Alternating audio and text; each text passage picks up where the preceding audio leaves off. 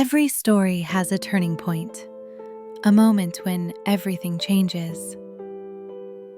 The turning point. It had been 13 days since I handed everything over, the videos, the screenshots, the notebook, all of it. At first, I felt relief, like I'd finally done the right thing, like someone would take it from here. But now, the silence was louder than ever. No one had called, not the detective I met, not the cybercrime unit, not even a generic follow-up email. Just silence. I kept checking the case reference number they'd given me. It still showed the same status. Under review. I tried calling the main line, sat through 20 minutes of elevator music and redirection before someone finally answered and said, "It's being processed. Someone will reach out if further information is required." And then they hung up. Josh wasn't asking questions anymore, but he also wasn't the same. He moved quieter, spoke less, stopped looking me in the eye. Whatever happened with those agents at his house, it left something in him, a crack. I tried to reach out. Dinner, a movie, a walk. He always said he was tired or busy or had homework. I knew he was pulling away. I just didn't know if it was from me or from whatever world had wrapped itself around him. That Friday, I drove past Miller's Auto again. Not to snoop, just to remind myself it was real, that this wasn't a story I'd made up. The trailer was gone, no warning, no signs, just an empty lot where it had stood like a scar for months. The garage door had been freshly painted. The sticker, Miller's Auto, was scraped off, not peeled, not faded, scraped, like someone wanted to erase every trace. I parked across the street, engine running. My hands were cold. I didn't know what I was hoping for. Maybe a clue, maybe a mistake. But there was nothing. Only that unsettling kind of quiet. The kind that follows a cover-up. Someone was cleaning up. Fast, quiet, efficient. And I realized something that made my stomach turn. The investigation hadn't just stalled.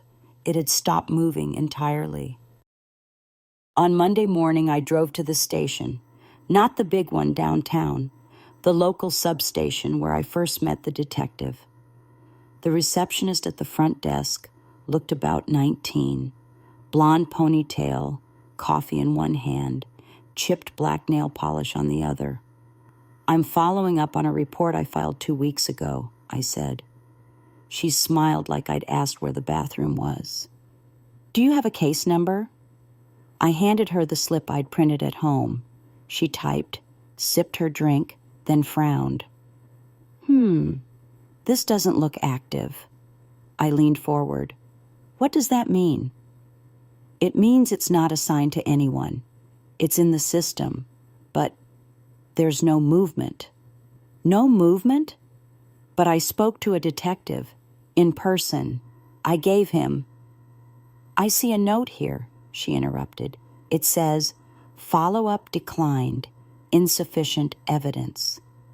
My mouth went dry. "That can't be right. I gave them everything." She shrugged. "If it wasn't documented formally or logged with a statement, there's not much we can do now." "I had a meeting," I insisted, "in that room down the hall. He took my USB drive, my notes. I wrote my name down." "Sorry, ma'am. That room's used for a lot of things." I stood there stunned, while she looked past me to the next person in line. A man holding a parking ticket stepped forward. I was dismissed. I drove home shaking, not from fear, from rage. Was this how things disappeared? You speak up, you report it properly, and somehow it still, fades. Back home, I pulled up the email thread with the cybercrime tip line. There was a brief automated reply from the day I sent it, and nothing else. No confirmation, no follow-up, no name. I stared at the screen, heart pounding. It was like my entire report had been swallowed by a machine that blinked once and moved on. I opened the original video again, the one Josh accidentally sent me. I needed to remind myself it was real. Not a dream, not a mistake, real. And that's when I saw it. A single comment under the video file in my drive. I hadn't noticed it before. It read, "Wrong hands," no name, no icon, no timestamp, just those two words. And suddenly it felt like someone was watching again. That comment, "Wrong hands," maybe it was a glitch, a system error, a leftover from a file transfer. But the more I thought about it, the less sense it made. I had uploaded the video to a private drive. No one had access but me. No one should have even known it was there. And yet, someone had found it and left a message. I checked the file's history. There it was. Accessed the night before, 3:12 a.m. No IP address, no user ID, just external activity logged. I felt a chill, not fear, not yet, just that instinctive jolt of knowing something's wrong before your brain catches up. I opened the spiral notebook again, the one I found behind Miller's auto. Most of it still made no sense. Abbreviations, arrows, slashes through names. But one entry kept standing out. S2 launch, alpha test complete, migrate to stream node 3. I didn't know what a stream node was, but it sounded deliberate, technical, serious. I typed the phrase into a search engine. Nothing. Added quotation marks. Still nothing. Then I removed the quotation marks and added one more word. Underground. The first two results were junk, but the third, a forum thread, old, archived, hidden behind 3 layers of redirects, and, "Are you sure?" pop-ups. The thread title read, "They're not games, they're stress simulations, private market funded." Most of the thread was deleted. Just a few responses remained. One user, GH2F, posted a warning. "It's not fake, it's not art, it's recorded pain, manufactured for response. Watch their eyes, you'll know." Another user replied with a list of what looked like location codes and links that no longer worked. But one comment was intact. It said, "Ask who's funding Node 3, then ask why they need miners." I leaned back in my chair, stomach churning. This wasn't just teenagers playing dark games. This was infrastructure, money, intent. I reached for my phone. Josh hadn't replied to my last message, but maybe, just maybe. I opened his old Instagram page, the one he'd stopped using a month ago. There, hidden in his story highlights, was a clip I hadn't seen before. It was only 3 seconds long, a brick wall, spray-painted letters, the word Node 3, and below it barely visible, property of NDS. I paused the screen, took a screenshot, enlarged it. Property of what? And why was my grandson standing in front of it? I didn't sleep that night. I couldn't. The phrase property of NDS kept circling in my head like static. It didn't sound like a username or a club. It sounded official, cold, real. I spent hours trying to make sense of it, Googling every combination I could think of. Nothing, just acronyms for tech companies, schools, and logistics firms. But I knew what I saw, and I knew Josh had stood in front of it willingly. By morning, I'd made up my mind. If the system wasn't going to help me, I had to find someone outside of it, someone who didn't need permission to look deeper. I opened an old contact folder from years ago, back when I worked in the school district. Counseling staff, law enforcement liaisons, resource officers. Most of the names were useless now, except one, Michael Kerrigan. We weren't close, not exactly. But there was a time, a long time ago, when we trusted each other with more than just school gossip. He'd been in federal law enforcement back then. FBI, I think, though he never said it directly. I hadn't spoken to him in 12 years, but his number was still there. I stared at it for a long time. Then I tapped, call. It rang 5 times before going to voicemail. I almost hung up, almost, but instead I left a message. Michael, it's me. I know it's been a long time, but I need your help. It's about Josh. Something's wrong. I can't explain it in a message, but please, if you get this, just call me back. I ended the call and immediately regretted it. Why would he help me now? Why would he even listen? But 2 hours later, my phone lit up. Unknown number. I answered. Still got a voice like a teacher trying to break up a fight, he said. I almost laughed. Almost. He sounded older, rougher, but still him. We agreed to meet. Neutral spot, public, quiet. I picked a diner on the edge of town we used to go to after PTA meetings. When I walked in, he was already there. Black coffee, same coat he wore back then, only more threadbare now. He looked at me, eyes scanning my face like he was reading between the years. You said it was about Josh, he said, without small talk.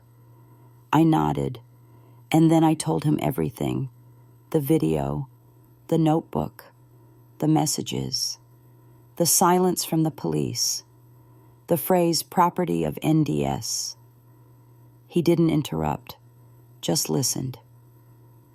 When I finished, he sat back and rubbed his jaw. I've heard of NDS, he said finally. It's not official, not exactly. Stands for Networked Data Syndicate. Think, private surveillance meets behavioral modeling. What does that mean? It means someone's building profiles, testing reactions, using real people, probably kids. It's fringe stuff, off books. Most of the time, it never surfaces. But it is real? He nodded. And it's not new. My throat went dry. Can you help? I can ask around, quietly. But if you're already getting messages, it means they know you've seen too much. I looked down at my hands. They were trembling. Michael leaned in, voice low. If they think you're a threat, they'll make you disappear in the system. Not literally, just erased, discredited, buried under red tape until you give up. I won't give up. I know, he said. That's what worries me. I barely made it home after the diner. My mind wouldn't settle. My hands wouldn't stop shaking. Michael hadn't told me to stop. Exactly. But he didn't have to. His silence said enough. I went straight to the kitchen and locked the door behind me. For the first time, I realized just how alone I really was. Not metaphorically, literally. My daughter had pulled back. Josh barely spoke. And now I dragged an old friend into something that might already be watching all of us. But I wasn't done. I opened my laptop and went back to the screenshot. The wall with Node 3 and property of NDS. I enlarged the corner. There, almost invisible, was a smudge. A QR code? I isolated it, ran it through a reader. It linked to a dark, minimalist site. No branding, just a login screen. At the bottom, NDS internal, level 3, clearance required. I didn't try to log in. I wasn't that stupid. But the URL structure, it was unique. A back-end portal, not meant for public use. probably uploaded by mistake or left behind when someone got lazy. I copied the address. Then, on impulse, I pasted it into an open source metadata tracker. It pinged. Once. Just once. And it told me something I didn't expect. The site wasn't hosted overseas. It was hosted 3 towns over, right here, in state, in my backyard. And the registry tag? It was filed under a shell company, one I'd seen before, NDS Services, LLC, the same name that was printed on a truck I saw last month delivering fiber lines to the new tech park north of town.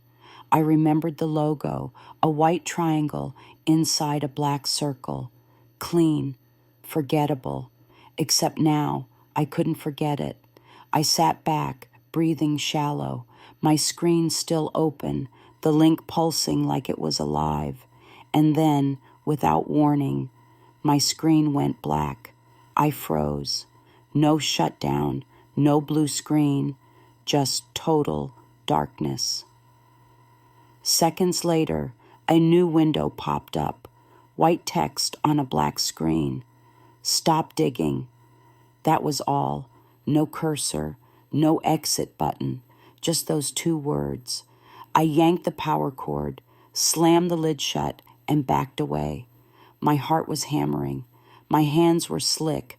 They were watching. They were in my machine, and I had just crossed a line I couldn't come back from. I didn't turn my laptop back on. I didn't even touch it.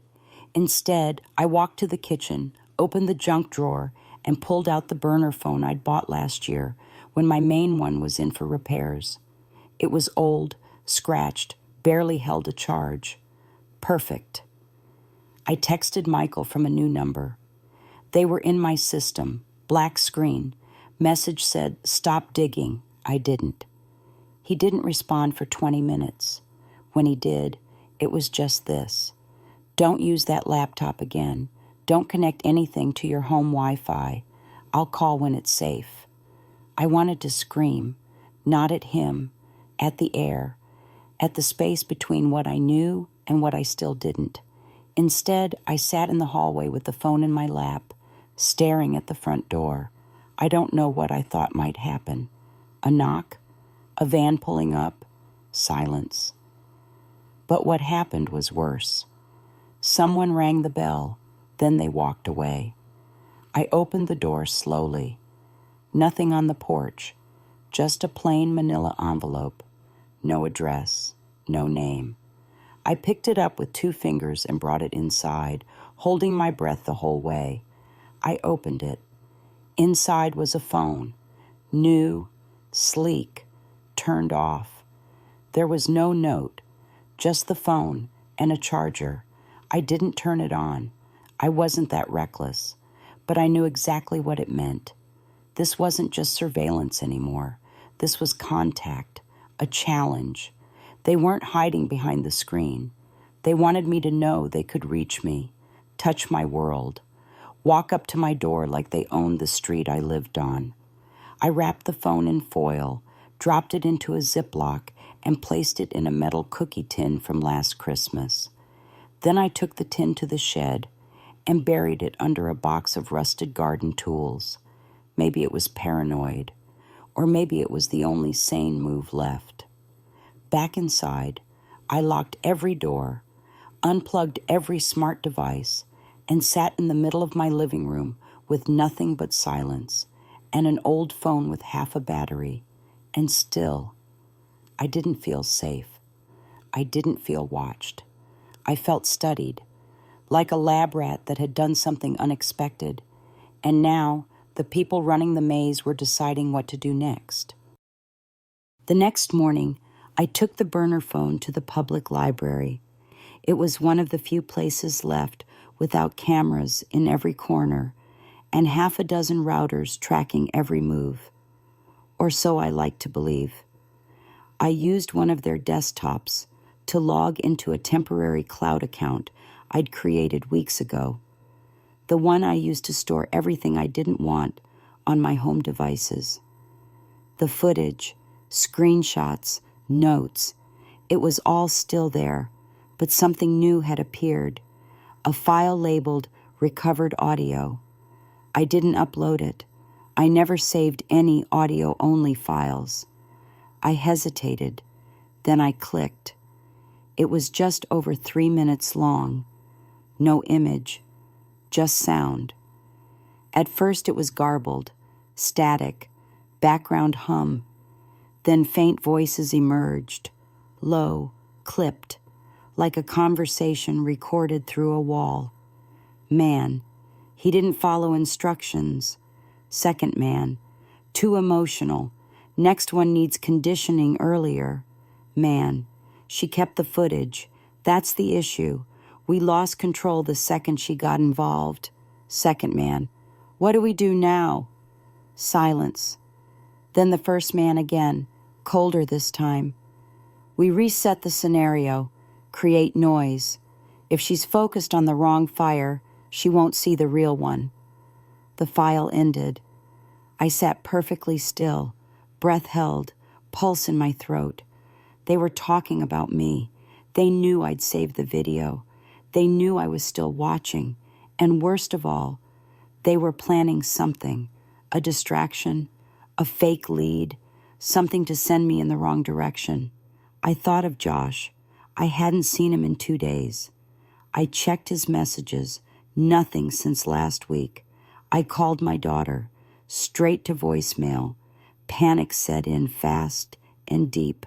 I left the library in a blur, gripping the burner phone so tightly my knuckles ached. But just as I reached the car, the screen lit up. A new message from a number with no caller ID. One word, tonight. I drove across town like I was possessed. No radio, no thoughts. Just one question repeating in my head. Where is Josh? My daughter's car was in the driveway, but the house was quiet. Too quiet. I knocked twice. No answer. Then I used the spare key she didn't know I still had. Inside, everything looked normal. Too normal. Keys on the hook, laundry folded, dishes in the sink. But something was off. I walked down the hall toward Josh's room, already knowing. The door was cracked. The light was off. I pushed it open. The bed was made. His backpack was gone. His window was open. And on his pillow was a single sheet of lined notebook paper, torn at the edge, folded in half. My hands trembled as I unfolded it. There were only 5 words. Don't follow me. I'm safe. No name, no explanation, no timestamp. I sank onto the edge of his bed, trying to breathe. The smell of his shampoo was still in the air. The corner of a hoodie stuck out from under the blanket. The silence pressed against my chest like weight. I called my daughter, voicemail. I called Michael, straight to busy. I called the number that had texted tonight, deadline. I sat there for what felt like hours, going over everything in my head. The notebook, the videos, the footage, the whisper. She kept the footage. Josh had been trying to protect me. Maybe that's why he left. Or maybe they gave him no choice. The message wasn't a warning anymore. It was a signal. A hand pulling the curtain down. A reset, just like the voice on the recording had promised. Create noise, make her chase shadows, while they moved the pieces for the next show. I stood slowly, walked to the desk. Everything of his was gone, except one thing, a printed screenshot, taped to the corkboard above his desk. I leaned in.